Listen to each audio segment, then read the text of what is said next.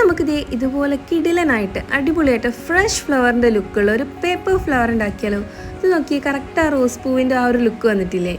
അപ്പോൾ ഇതുപോലത്തെ കുറച്ച് ഫ്ലവേഴ്സ് ഉണ്ടാക്കിയിട്ട് നമുക്ക് ഇതുപോലെ അടിപൊളിയായിട്ടൊരു ബൊക്കെ കൂടി ഉണ്ടാക്കാം കേട്ടോ. അങ്ങനെ ബൊക്കെ ഉണ്ടാക്കിയിട്ട് നമുക്ക് ഇഷ്ടമുള്ളവർക്ക് കൊടുക്കാം. കാരണം വാലന്റൈൻസ് ഡേ ഒക്കെയാണല്ലോ വരുന്നത്. പിന്നെ വാലന്റൈൻസ് ഡേക്ക് മാത്രമല്ല കേട്ടോ, ബർത്ത്ഡേക്കൊക്കെ നമുക്കിത് ഗിഫ്റ്റായിട്ട് കൊടുക്കാം. അപ്പോൾ ഇതുപോലത്തെ ക്രേപ്പ് പേപ്പർ വേണം അതിന് കേട്ടോ. ക്രേപ്പ് പേപ്പർ എന്ന് പറയുമ്പോൾ നമ്മൾ ഈ നന്നായിട്ട് ഈ വലിയുന്ന ഒരു എലാസ്റ്റിസിറ്റി പേപ്പർ ഉണ്ടല്ലോ, ആ ഒരു വലിപ്പത്തിൽ കട്ട് ചെയ്യാട്ടോ. ഇതിലിൻ്റെ ലെങ്ത്തും അതുപോലെ തന്നെ അതിൻ്റെ വിടുത്തൊക്കെ നോക്കിയിട്ട് വേണം നമ്മൾ ചെയ്യാനായിട്ട്. പക്ഷേ വലിയ ഫ്ലവറാണ് ഉണ്ടാക്കുന്നത് എന്നുള്ളതുകൊണ്ട് തന്നെ കുറേ പെറ്റൽസ് വേണം കേട്ടോ. അപ്പം ഞാൻ അതിന് വേണ്ടി കുറേ പെറ്റൽസ് എടുത്തിട്ടുണ്ട്. പിന്നെ ഞാൻ എടുത്തിട്ടുള്ള ഈ ക്രേപ്പ് പേപ്പർ ഉണ്ടല്ലോ, ഭയങ്കര ഒരു ക്യൂട്ടായിട്ട് ഭംഗിയുള്ള ഒരു പേപ്പറാണ്. കാരണം ഇതിൻ്റെ ഒരു സൈഡ് ഒരു ഡീപ്പ് റെഡും ഒരു സൈഡ് ഒരു മെറൂണിഷ് റെഡും ആയിട്ടുള്ള പേപ്പറാണ് കേട്ടോ. അപ്പോൾ ആ രണ്ട് ഷെയ്ഡ് നമ്മൾ ഫ്ലവറിൽ വരുമ്പോൾ ഒന്നും കൂടി ഒരു ഭംഗിയായിട്ട് നമുക്ക് ഫീൽ ചെയ്യും കേട്ടോ. അപ്പോൾ ഇതുപോലെ കുറേ പേപ്പേഴ്സ് ഞാൻ എടുത്തിട്ടുണ്ട്. കുറേ ചെറുതും കുറേ വലുതുമായിട്ട് കട്ട് ചെയ്തെടുത്തിട്ടുണ്ട്. അതിനുശേഷം നമ്മൾ ചെയ്യേണ്ടതെന്ന് അറിയോ, നമുക്ക് ഇതിനൊരു എതളിൻ്റെ ഷേപ്പിൽ കട്ട് ചെയ്യണം. അപ്പോൾ എതളിൻ്റെ ഷേപ്പ് എന്ന് പറയുമ്പോൾ റോസ് ഫ്ലവർ ആകുമ്പോൾ അതിൻ്റെ മേൽഭാഗം കുറച്ചും കൂടി വിടുത്തുണ്ടാവുമല്ലോ. ഈ ഒരു ടൈപ്പ് പേപ്പർ ആയതുകൊണ്ട് തന്നെ അതിൻ്റെ ആ സെൻറ്റർ പോർഷൻ ഒന്ന് പിടിച്ച് വലിക്കുമ്പോൾ അതൊന്ന് ജസ്റ്റ് ഒന്ന് വിടർന്ന് വരും. അപ്പോൾ പിന്നെ അതിൻ്റെ ആ എഡ്ജസ് ഉണ്ടല്ലോ, രണ്ട് സൈഡ്, അതൊന്ന് ജസ്റ്റ് ഇങ്ങനെ ഫോൾഡ് ചെയ്ത് കൊടുക്കുക. അതുപോലെ റൗണ്ട് ആയിട്ടുള്ള എന്തെങ്കിലും സാധനം വെച്ചിട്ട് പെന്നിൻ്റെ നിബൊക്കെ യൂസ് ചെയ്താലും മതി.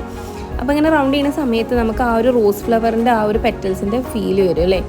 അപ്പോൾ അതിന് വേണ്ടിയിട്ടാണ് കേട്ടോ. അപ്പോൾ നമ്മളെ കയ്യിലുള്ള പെറ്റൽസ് കംപ്ലീറ്റ്ലി നമ്മൾ അങ്ങനെയാക്കി എടുക്കണം. അപ്പോൾ ഇത് കണ്ടോ, ഇതുപോലെ ചെറുതും വലുതുമായിട്ട് കുറേ പെറ്റൽസ് ഞാൻ എടുത്തിട്ടുണ്ട് കേട്ടോ.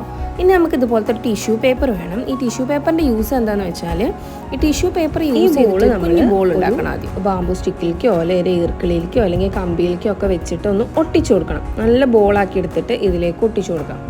പിന്നെ ഒട്ടിച്ച ശേഷം ഇതിൻ്റെ മുകളിലേക്ക് വേണം നമ്മൾ പെറ്റൽസ് ഒക്കെ ഒട്ടിച്ചെടുക്കാൻ. അപ്പോൾ ഞാനിവിടെ ഗ്ലൂ ഗണ്ണാണ് യൂസ് ചെയ്യുന്നത്. ഏറ്റവും ഈസി ആയിട്ട് ചെയ്യാൻ പറ്റുന്ന ഗ്ലൂ ഗണ്ണ് തന്നെയാണ്.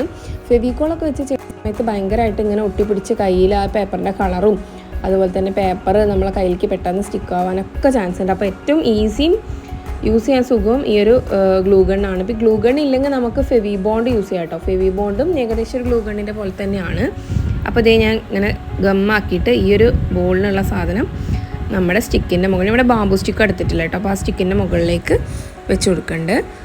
ഇനി ഇതിൻ്റെ മുകളിലേക്ക് വേണം നമ്മൾ പെറ്റൽസ് വെക്കാൻ. അപ്പോൾ ആദ്യം നമ്മൾ വെക്കേണ്ട പെറ്റൽസ് ചെറിയ പെറ്റൽസ് ആണ് കേട്ടോ. ചെറിയ പെറ്റൽസ് ഒന്ന് ക്ലോസ് ആയിട്ട് വെച്ച് കൊടുക്കണം. ഈ പെറ്റൽസ് വെക്കുന്ന സമയത്ത് ശ്രദ്ധിക്കേണ്ടത് വെച്ചാൽ നമ്മൾ ഉള്ളിൽ വെക്കുന്ന പെറ്റൽസ് നന്നായിട്ട് കവർ ചെയ്താൽ വൈറ്റ് കാണാത്തില്ല. അല്ലെങ്കിൽ നമ്മൾ അതിൻ്റെ മുകളിൽ ആദ്യം ഒരു റെഡ് പേപ്പർ വെച്ച് കവർ ചെയ്ത് കൊടുത്താലും മതി കേട്ടോ. അപ്പോൾ ഇതുപോലെ നമ്മൾ ഉണ്ടാക്കി വെച്ചുള്ള പെറ്റൽസ് ഇങ്ങനെ ഒന്നിൻ്റെ മുകളിലായിട്ട്, അതായത് മുകളിൽ വരാത്ത രീതിയിൽ വെച്ച് ഒട്ടിച്ചു കൊടുക്കുക. ഈ ഒരു വീഡിയോയിൽ കാണുന്ന രീതിയിൽ, പറയുന്നതിനേക്കാൾ നല്ലത് കാണുമ്പോൾ മനസ്സിലാവും. അപ്പോൾ അതേ ഇതുപോലെ ഒട്ടിച്ചു കൊടുക്കുക. ഇനി നമുക്ക് ബാക്കി എല്ലാ പെറ്റൽസും ഇതുപോലെ സ്റ്റിക്ക് ചെയ്ത് കൊടുക്കുക കേട്ടോ. അപ്പോൾ ഇങ്ങനെ ഗ്യാപ്പ് വരുന്ന സ്ഥലത്ത് ഒട്ടിക്കുമ്പോഴാണ് ആ ഒരു കറക്റ്റ് പ്രപ്പോർഷനിൽ വരിക കേട്ടോ. അപ്പോൾ ഇതേ നോക്കിയാൽ ഒരു കറക്റ്റ് ഫ്ലവറിൻ്റെ ഒരു ലുക്കിൽ വരുന്നില്ലേ, നിങ്ങൾക്ക് എന്താ തോന്നുന്നത്? അപ്പോൾ ഇതേ ഇതുപോലെ എല്ലാ പെറ്റൽസും നമ്മൾ കംപ്ലീറ്റ്ലി ഫിക്സ് ചെയ്ത് കഴിഞ്ഞ ശേഷം പിന്നെ നമുക്ക് ചെയ്യേണ്ടത് അതിൻ്റെ അടിയിലേക്കുള്ള ആ ഒരു പോർഷനൊക്കെ ചെയ്യുകയാണ്. അപ്പോൾ നമ്മൾ എങ്ങനെയാണ് പെറ്റൽസ് കംപ്ലീറ്റ്ലി ഫിക്സ് ചെയ്യുന്നത് നോക്കിക്കോളൂ കേട്ടോ. അപ്പോൾ ഈ ഒരു ഗ്ലൂ ഗൺ ആയതുകൊണ്ട് തന്നെ ഭയങ്കര ഈസിയും സിമ്പിളായിട്ട് നമുക്ക് ഒട്ടിച്ചെടുക്കാൻ പറ്റും. യാതൊരു ബുദ്ധിമുട്ടില്ല. നമുക്ക് വീഡിയോയിൽ കാണുമ്പോൾ തന്നെ മനസ്സിലുണ്ടാവും. ഗമ്മ് ചെയ്ത് കഴിഞ്ഞാൽ നമുക്ക് നേരെ ഈ ഒരു പെറ്റൽസ് കൊണ്ട് സ്റ്റിക്ക് ചെയ്ത് കൊടുത്താൽ മതി. കണ്ടോ, കറക്റ്റ് ആ ഒരു ഫ്ലവറിൻ്റെ ലുക്കിലേക്ക് വന്നിട്ടില്ലേ. ഇനി നമുക്കിതിൻ്റെ അടിയിലുള്ള ആ ഒരു പോർഷനും കൂടി ഫിക്സ് ചെയ്ത് കൊടുക്കാം കേട്ടോ. നമുക്ക് അടിയിൽ നമ്മളെ